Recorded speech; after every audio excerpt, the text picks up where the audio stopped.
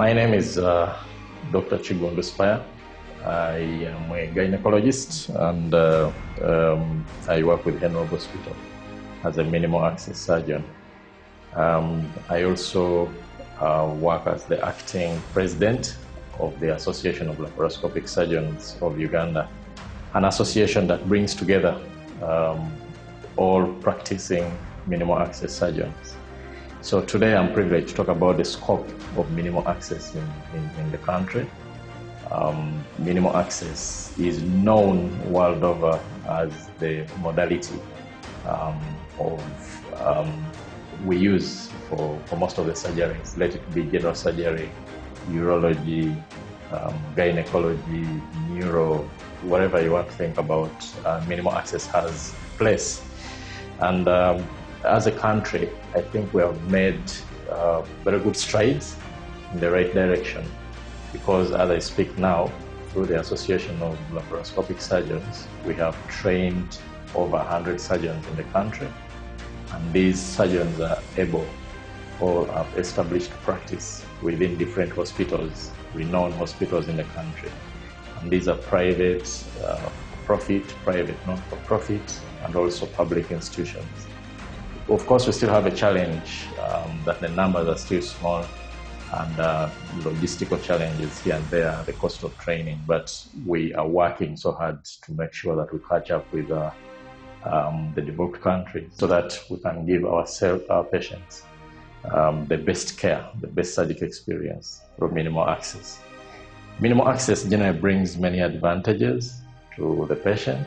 One of them is the fact that patients stay short in hospital.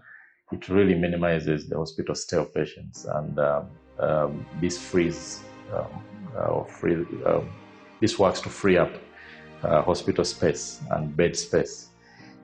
Generally, compared to open surgery, a patient who has had minimal access can stay an average of 1 or 2 days in hospital. It reduces on the pain, the post-operative pain, reduces on bleeding, it reduces on complications like infections, and it generally gives the patient a very good surgical experience. So this is the reason why we come out as the Association of Laparoscopic Surgeons to help to teach many more surgeons. Our dream is to be able to create awareness to the public, to be able to train more than 50% of our colleagues so that they can embrace this technique in their practice. And for the last 2 years, because the association is still young, it has only been in place for about 2 years. So we hope that in the next 5 or 10 years, we shall have made a lot of ground and mileage in this area. What do you look forward with this? Laparoscopy. Yes. So, to the viewer who is curious about laparoscopy is the form of surgery where we use tiny small punctures on the belly, tiny small punctures of less than 5 centimeters, compared to the traditional, large incisions on the belly. This time we use small punctures, and then we use a camera. We introduce a camera in the abdomen, and this camera is able to see. It has better visibility, it has better magnification. Then we use tiny little instruments to operate. We can do any surgery that there is in the world using this kind of technique. It depends on the surgeon's experience and expertise. But generally, most of the surgeries can be done, especially common ailments that we grapple with. So this is the technology that we call laparoscopy or minimal access. And it is available in the country for those patients who have most of these surgical ailments. We should always talk to their doctors about this option, and I'm sure they can now access it in most of the hospitals. As I said earlier, which kind of patient would require to have minimal access? In my opinion, all patients and benefit from minimaxis. Let it be a baby born 1 day old who requires surgery for any sort of reason. Let it be an elderly patient. For the common ailments are things like prostate, removal of appendix, removal of the uterus, problems on the ovaries, problems on the tubes, treatment of infertility, and most of these conditions that will take anyone to theater can really be done using minimaxis. So it can be used for a variety of reasons. What they can do using open surgery to operate, we can do using this technology as well. Dr. Kiggundu, Spire is my name. I am working at Henry Hospital at Zana. We are working on this patient who came in as an emergency. She had what you call an ectopic pregnancy. Ectopic pregnancy means a pregnancy which grows outside the uterus, and she presented to us with severe pain and bleeding. So when we did a scan, we discovered she had what you call an ectopic pregnancy. We discovered the pregnancy was growing outside of the uterus. So we decided to do an emergency keyhole surgery or emergency laparoscopic surgery.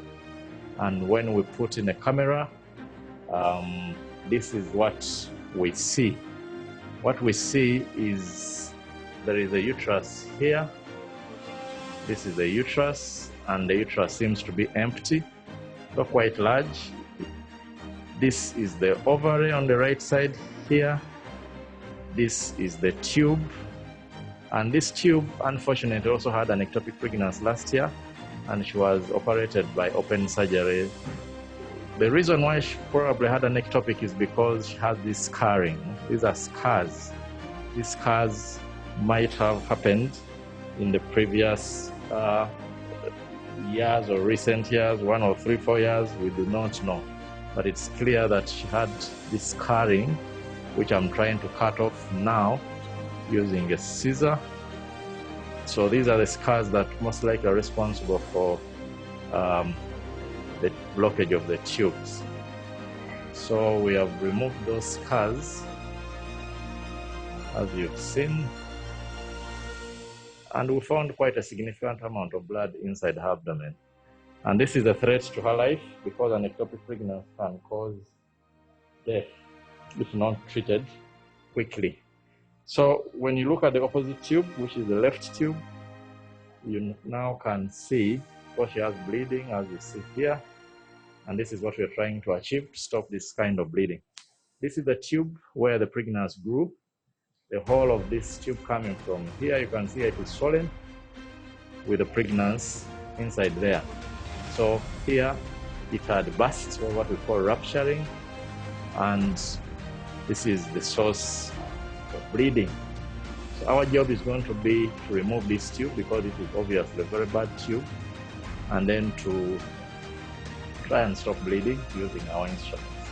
So keyhole surgery or laparoscopic surgery can be used in many instances. It is the gold standard treatment now because for this particular patient, I know that she will be able to go home tomorrow.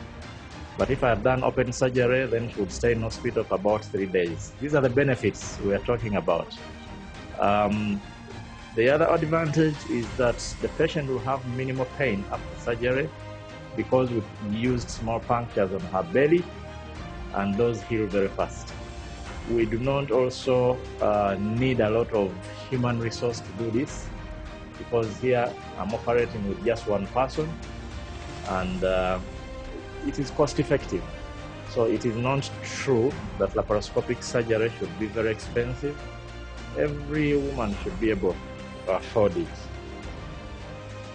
So what I'm going to do is to remove that tube quickly here using these tiny little instruments, as you see. This one is used for burning, or to seal off any bleeding.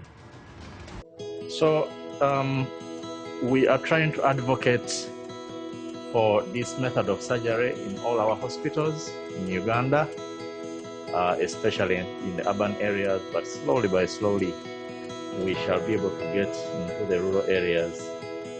Because of its advantages, we believe that all patients should be able to benefit from this kind of intervention. We still have a number of limitations and a number of challenges trying to promote this kind of technology. One of the biggest challenges is the accessibility. Not many hospitals can afford to buy these gadgets or these equipment and the towers we use to operate.